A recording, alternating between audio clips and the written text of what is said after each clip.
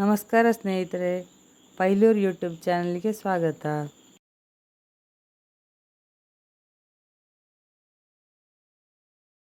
ನಮಗೆ ತರಕಾರಿ ಅಂದರೆ ಭಾಳ ಇಷ್ಟ. ತರಕಾರಿಯಿಂದ ನಾವು ತಿಂಡಿ ಕೂಡ ಮಾಡ್ತೇವೆ. ನೀವು ನೋಡಿರ್ಬೋದು ನಮ್ಮ ಚಾನಲಲ್ಲಿ. ನೋಡಿ, ಈ ಹೀರೆಕಾಯಿಯನ್ನು ನಾರೆಲ್ಲ ತೆಗೆದು ಈ ರೀತಿಯಾಗಿ ಕಟ್ ಮಾಡಿಕೊಂಡಿದ್ದೇನೆ. ತೊಳೆದು ಕೂಡ ಆಗಿದೆ. ಈಗ ಇದನ್ನು ಮಿಕ್ಸಿ ಜಾರಿಗೆ ಹಾಕಿ ತರಿಯಾಗಿ ರುಬ್ಬಿಕೊಳ್ತೇನೆ. ನೀರು ಹಾಕಲಿಕ್ಕಿಲ್ಲ. ಇದರಲ್ಲಿ 5 ಲೋಟದಷ್ಟು ಹೀರೆಕಾಯಿ ಹೋಳುಗಳು ಇದೆ. ಇದನ್ನೀಗ ಪಲ್ಸ್ ಮೋಡಲ್ಲಿ ತರಿಯಾಗಿ ರುಬ್ಬಿಕೊಳ್ತಾ ಇದ್ದೇನೆ. ನೋಡಿ, ಈಗ ತರಿಯಾಗಿ ರುಬ್ಬಿ ಆಗಿದೆ. ತುಂಬ ಬಲಿತ ಹೀರೆಕಾಯಿ ಬೇಡ, ಎಳೆದಾದರೆ ಒಳ್ಳೆಯದು. ಇದೇ ರೀತಿ ಎಲ್ಲವನ್ನು ತರಿಯಾಗಿ ರುಬ್ಬಿಕೊಳ್ತಾ ಇದ್ದೇನೆ. ರುಬ್ಬಿ ಎಲ್ಲ ಆಗಿದೆ. ಈಗ ಇದಕ್ಕೆ ಮೀಡಿಯಮ್ ಗಾತ್ರದ 2 ನೀರುಳ್ಳಿಯನ್ನು ಕಟ್ ಮಾಡಿ ಇಟ್ಟುಕೊಂಡಿದ್ದೇನೆ. ಕರಿಬೇವಿನ ಸೊಪ್ಪು, ಅರ್ಧ ಮುಷ್ಟಿಯಷ್ಟು ತೆಂಗಿನ ತುರಿ, 2 ಹಸಿಮೆಣಸನ್ನು ಕಟ್ ಮಾಡಿ ಇಟ್ಟುಕೊಂಡಿದ್ದೇನೆ. ಈಗ ಇದೆಲ್ಲವನ್ನು ಈ ಪಾತ್ರಕ್ಕೆ ಹಾಕಿಕೊಂಡಿದ್ದೇನೆ. ಇದಕ್ಕೆ ರುಚಿಗೆ ತಕ್ಕಷ್ಟು ಉಪ್ಪು ಕೂಡ ಹಾಕಿದ್ದೇನೆ. ಇದನ್ನೀಗ ಚೆನ್ನಾಗಿ ಮಿಕ್ಸ್ ಮಾಡಿಕೊಳ್ತಾ ಇದ್ದೇನೆ. ಇದನ್ನೀಗ ಚೆನ್ನಾಗಿ ಮಿಕ್ಸ್ ಮಾಡಿಕೊಂಡಿದ್ದೇನೆ. ಈಗ ಇದಕ್ಕೆ ಮೊದಲಿಗೆ ಸಜ್ಜಿಗೆ ಹಾಕಿಕೊಳ್ತೇನೆ, ಅಂದರೆ ಗೋಧಿ ರವೆ ಹಾಕಿಕೊಳ್ತಾ ಇದ್ದೇನೆ. ಇದನ್ನೀಗ ಚೆನ್ನಾಗಿ ಮಿಕ್ಸ್ ಮಾಡಿಕೊಳ್ತಾ ಇದ್ದೇನೆ.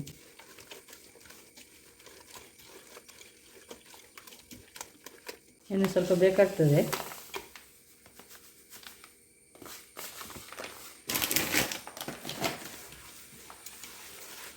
ಹೀಗೆ ಚೆನ್ನಾಗಿ ಮಿಕ್ಸ್ ಮಾಡಿಕೊಂಡಾದ ಮೇಲೆ ಇದು ರೊಟ್ಟಿ ತಟ್ಟುವ ಅದಕ್ಕೆ ಬೇಕಾಗ್ತದೆ. ಅದಕ್ಕೆ ಸ್ವಲ್ಪ ಇದಕ್ಕೆ ಗೋಧಿ ಹುಡಿ ಕೂಡ ಹಾಕಿಕೊಳ್ತಾ ಇದ್ದೇನೆ.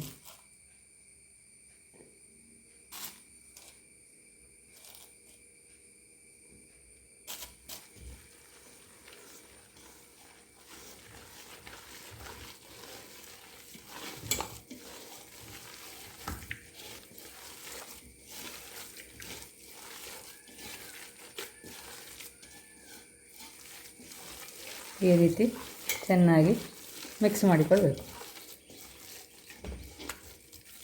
ಈಗ ಚೆನ್ನಾಗಿ ಮಿಕ್ಸ್ ಮಾಡಿಕೊಂಡಾಗಿದೆ. ಇದನ್ನೀಗ 10 ನಿಮಿಷ ಮುಚ್ಚಿಟ್ಟುಕೊಳ್ಳುವ.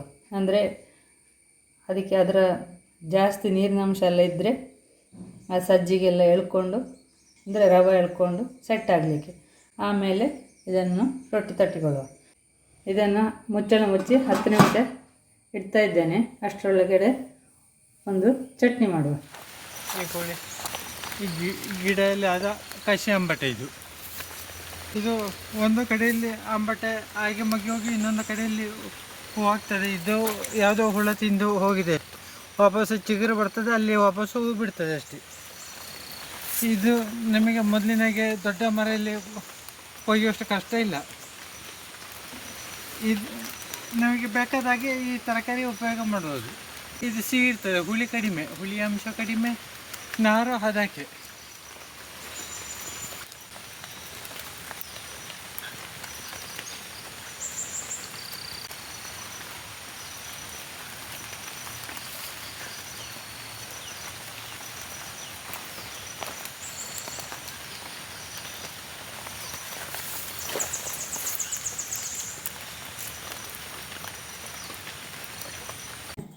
ಯಾವ ಚಟ್ನಿಯೂ ಆಗ್ಬೋದು. ನಾನು ಅಂಬಟೆ ಚಟ್ನಿ ಮಾಡ್ತಾ ಇದ್ದೇನೆ.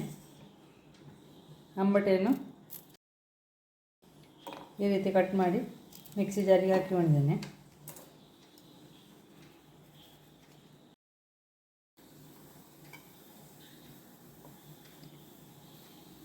ಮಿಕ್ಸಿ ಜಾರಿಗೆ ಸ್ವಲ್ಪ ಕಾಯಿ ತುರಿ ಹಾಕಿಕೊಂಡಿದ್ದೇನೆ.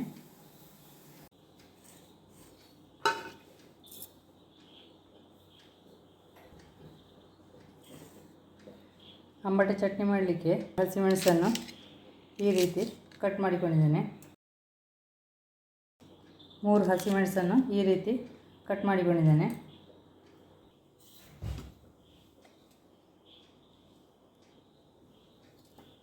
ಈ ಹಸಿಮೆಣಸನ್ನು ಒಗ್ಗರಣೆ ಸೌಟಿಗೆ ಹಾಕಿಕೊಂಡಿದ್ದೇನೆ. ಅದನ್ನು ಸ್ವಲ್ಪ ಎಣ್ಣೆಯಲ್ಲಿ ಬಾಡಿಸಿಕೊಳ್ಳುವ. ಅರ್ಧ ಸ್ಪೂನ್ ಎಣ್ಣೆ ಹಾಕಿಕೊಂಡಿದ್ದೇನೆ. ಈಗ ಇದನ್ನು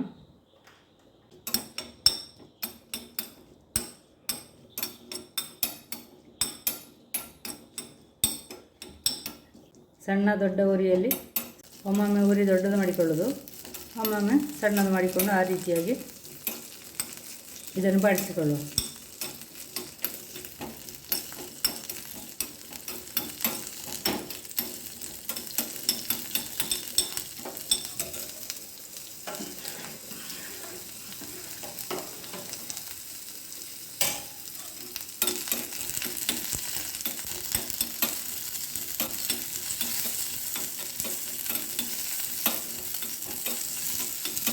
ಇದಿಷ್ಟು ಬಾಡಿದರೆ ಸಾಕೀಗ. ಉರಿ ಆಫ್ ಮಾಡಿಕೊಳ್ತಾ ಇದ್ದೇನೆ.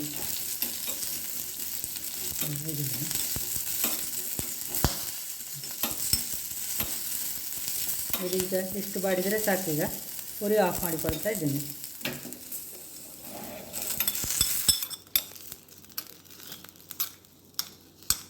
ಇದೀಗ ತಣ್ಣಗಾಗಿದೆ. ಇದನ್ನು ಮಿಕ್ಸಿ ಜಾರಿಗೆ ಹಾಕಿಕೊಳ್ತಾ ಇದ್ದೇನೆ. ಕಾಯಿ ಅಂಬಟೆಲ್ಲ ಇದ್ದ ಮಿಕ್ಸಿ ಜಾರಿಗೆ ಹಾಕಿಕೊಂಡಿದ್ದೇನೆ. ಇದಕ್ಕೆ 1.5 ಸ್ಪೂನ್ ಆಗುವಷ್ಟು ಜೀರಿಗೆ ಹಾಕಿಕೊಂಡಿದ್ದೇನೆ. ರುಚಿಗೆ ತಕ್ಕಷ್ಟು ಉಪ್ಪು ಹಾಕಿಕೊಂಡು ಇಲ್ಲಿಗೆ ನೀರು ಹಾಕದೆ ರುಬ್ಬಿಕೊಳ್ತಾ ಇದ್ದೇನೆ. ನೋಡಿ, ಈಗ ತರಿ ರುಬ್ಬಿಕೊಂಡಿದ್ದೇನೆ. ಸ್ವಲ್ಪ ನೀರು ಹಾಕಿ ರುಬ್ಬಿಕೊಳ್ತಾ ಇದ್ದೇನೆ. ಈಗ ಇದು ಚಟ್ನಿ ರುಬ್ಬಿಯಾಗಿದೆ. ನೋಡಿ, ಇಷ್ಟು ತುಂಬ ನೈಸ್ ಮಾಡೋದು ಬೇಡ, ಸ್ವಲ್ಪ ತರಿಯಾಗುವ ರೀತಿಯಲ್ಲಿ ಇದ್ದರೆ ಒಳ್ಳೆಯದಾಗ್ತದೆ. ಹಾಗೆ ಇದನ್ನು ಒಂದು ಪಾತ್ರಕ್ಕೆ ತೆಗಿತಾ ಇದ್ದೇನೆ.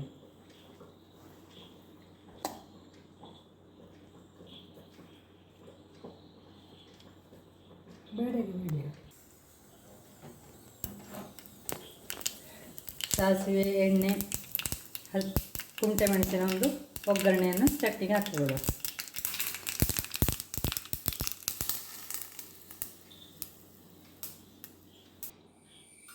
ಹತ್ತು ನಿಮಿಷ ಕಳೆದಿದೆ.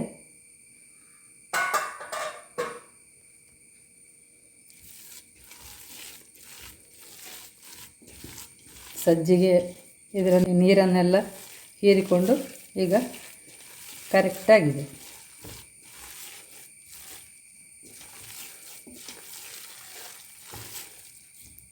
ಈಗ ಎಲ್ಲಿಯಾದರೂ ಅದು ಇನ್ನೂ ಕೂಡ ನೀರು ಇದೆ ಅಂತಾದರೆ ಈ ಸಂದರ್ಭದಲ್ಲಿ ಸ್ವಲ್ಪ ಗೋಧಿ ಹುಡಿ ಹಾಕಿಕೊಂಡು ಅದನ್ನು ಬ್ಯಾಲೆನ್ಸ್ ಮಾಡಿಕೊಳ್ಬೋದು.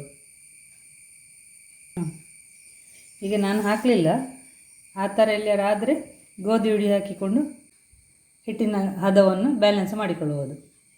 ಈಗ ಇದನ್ನು ಈ ರೀತಿ ಬಾಳೆಲ್ಲ ರೆಡಿ ಮಾಡಿಕೊಂಡಿದ್ದೇನೆ.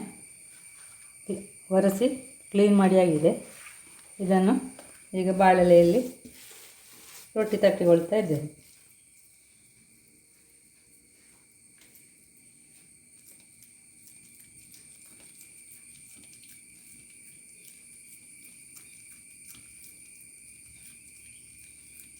ಬಾಳೆಲೆಯ ಪರಿಮಳ, ಬಾಳೆಲೆಯಲ್ಲಿ ತಟ್ಟಿದರೆ ಪರಿಮಳ ಆಗಿರ್ತದೆ ಅಂಥೇಳಿ ನಾನು ಈ ರೀತಿ ಬಾಳೆಲೆಯಲ್ಲಿ ರೊಟ್ಟಿ ತಟ್ಟಿಕೊಳ್ತಾ ಇದ್ದೇನೆ. ಅದರಲ್ಲಿ ತಟ್ಟಲಾಗುತ್ತದೆ.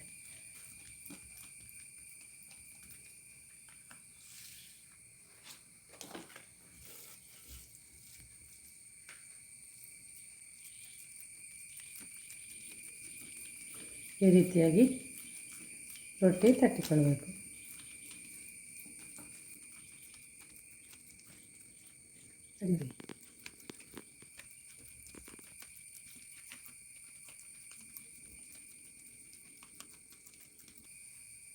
ನೋಡಿ, ಈ ರೀತಿಯಾಗಿ ರೊಟ್ಟಿ ತಟ್ಟಿಕೊಂಡಿದ್ದೇನೆ.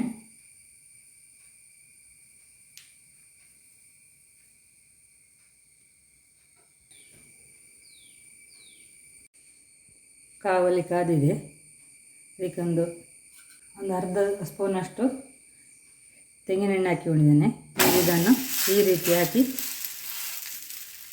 ಉರಿ ದೊಡ್ಡದು ಮಾಡಿಕೊಂಡು ಬೇಯಿಸ್ಕೊಳ್ತಾ ಇದ್ದೇನೆ.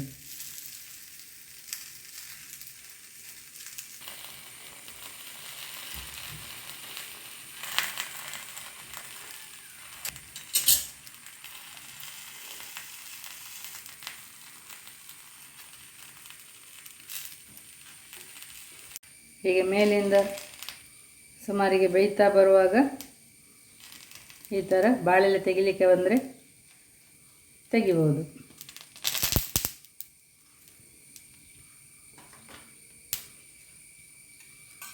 ಮೇಲಿಂದ ಸ್ವಲ್ಪ ಈ ಥರ ಎಣ್ಣೆ ಹಾಕಿಕೊಂಡು,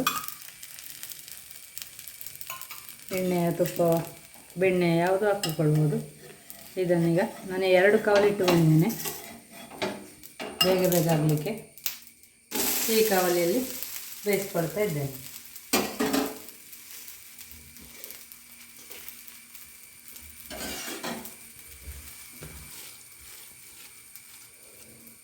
ಈಗ ಬಾಳೆಲೆ ಇಲ್ಲ ಅಂತಾದರೆ ಈ ಥರ ಹಿಟ್ಟು ತಗೊಂಡು ಕಾವಲಿಗೆ ಡೈರೆಕ್ಟ್ ಎಣ್ಣೆ ಹಿಟ್ಟನ್ನು ತಟ್ಟಿಕೊಳ್ಬೋದು.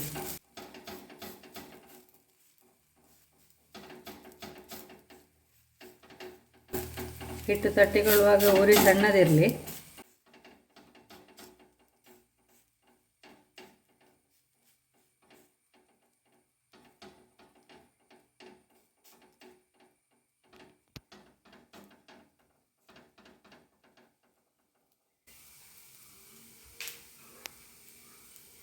ಹಿಟ್ಟು ತಟ್ಟಿ ಆದ ಮೇಲೆ ಈ ರೀತಿ ಮುಚ್ಚಿ ಬೇಯಿಸ್ಕೊಳ್ಬೇಕು.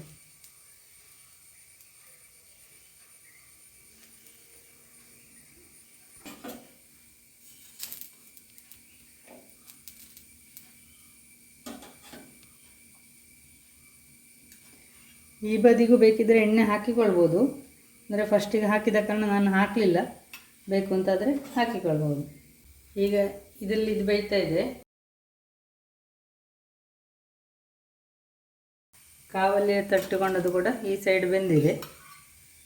ಇದಕ್ಕೂ ಕೂಡ ಎಣ್ಣೆ ಹಾಕಿಕೊಳ್ತಾ ಇದ್ದೇನೆ.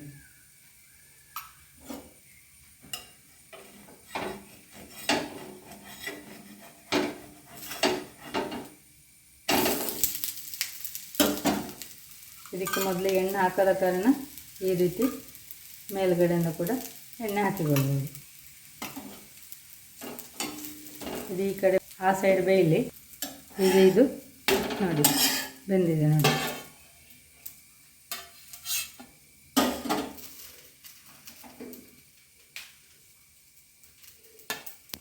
ನೋಡಿ ರುಚಿಕರವಾದ ಚಟ್ನಿಯ ಜೊತೆಗೆ ಈ ಹೀರೆಕಾಯಿ ರೊಟ್ಟಿ. ಚಟ್ನಿಯ ಕನ್ಸಿಸ್ಟೆನ್ಸಿ ಬೇಕಿದ್ದರೆ ಇನ್ನೂ ತೆಳ್ಳಗೆ ಮಾಡಿಕೊಳ್ಳುವುದು. ನೋಡಿ ಈ ರೀತಿ ಬಂದಿದೆ ಬಿಸಿ ಬಿಸಿಯಾದ ರೊಟ್ಟಿ.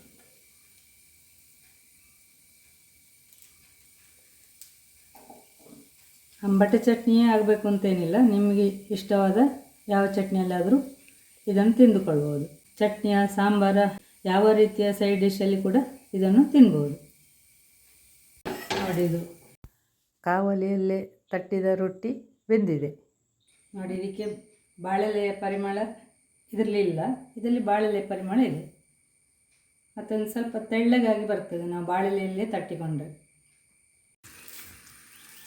ಬಾಳೆಲೆ ಕಡಿಮೆ ಇದೆ ಅಂತಾದರೆ ಈ ರೀತಿ ಇನ್ನೊಂದು ಬಾರಿ ಕೂಡ ಉಪಯೋಗಿಸ್ಕೊಳ್ಬೋದು. ಅದೇ ಬಾಳೆಲೆಯಲ್ಲಿ ಒಂದು ಬಾರಿ ರೊಟ್ಟಿ ತಟ್ಟಿ ಬೇಯಿಸಿದ ಬಾಳೆಲೆ ತೆಗಿತೇವಲ್ಲ, ಅದೇ ಬಾಳೆಲೆಯಲ್ಲಿ ಮತ್ತೊಂದು ಬಾರಿ ಕೂಡ ಬೇಯಿಸಿಕೊಳ್ಬೋದು.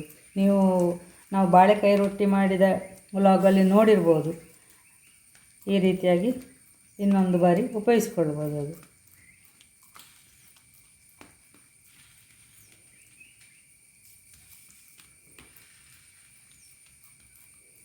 ಈ ರೀತಿ ಬಾಳೆಲೆಯಲ್ಲಿ ಮಾಡಲಿಕ್ಕೆ ಸ್ವಲ್ಪ ತೆಳ್ಳಗಾಗಿ ಮಾಡಲಿಕ್ಕೆ ಸುಲಭ ಆಗ್ತದೆ. ಡೈರೆಕ್ಟು ಕಾವಲಿಯಲ್ಲಿ ನಾವು ರೊಟ್ಟಿ ತಟ್ಟಿದರೆ ಅದು ಬಿಸಿ ಇರುವ ಕಾರಣ ತೆಳ್ಳಗೆ ಮಾಡಿಕೊಳ್ಳಲಿಕ್ಕೆ ಫಾಸ್ಟಾಗಿ ತೆಳ್ಳಗೆ ಮಾಡಿಕೊಳ್ಳಲಿಕ್ಕೆ ಸ್ವಲ್ಪ ಕಷ್ಟ. ಹೀರೆಕಾಯಿಯಲ್ಲಿ ನಾರಿನಂಶವು ಹೇರಳವಾಗಿರೋದರಿಂದ ನಮಗೆ ಆರೋಗ್ಯಕ್ಕೂ ಕೂಡ ಅದರಲ್ಲಿ ನಾರಿನಾಂಶ ಸಿಕ್ಕಿದಾಗ ಆಗ್ತದೆ. ನೋಡಿ ಹಸೂರು ಕಲರಾಗಿ ಎಷ್ಟು ಚೆಂದ ಬಂದಿದೆ ಅಂತ. ಈ ರೊಟ್ಟಿ ಮಾಡುವಾಗೆಲ್ಲ 2 ಕಾವಲು ಇಟ್ಟುಕೊಂಡ್ರೆ ಸ್ವಲ್ಪ ಬೇಗ ಬೇಗ ಆಗ್ತದೆ. ಅದಕ್ಕೆ ನಾನು 2 ಕಾವಲು ಇಟ್ಟುಕೊಂಡು ರೊಟ್ಟಿ ಮಾಡ್ತೇನೆ.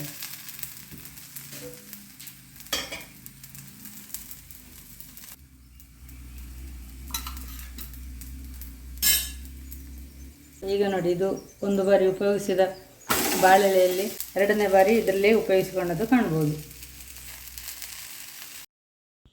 ಕೊನೆಯಲ್ಲಿ 13 ರೊಟ್ಟಿ ಆಗಿದೆ. ವಿಡಿಯೋ ನೋಡಿದ್ದಕ್ಕಾಗಿ ಧನ್ಯವಾದಗಳು.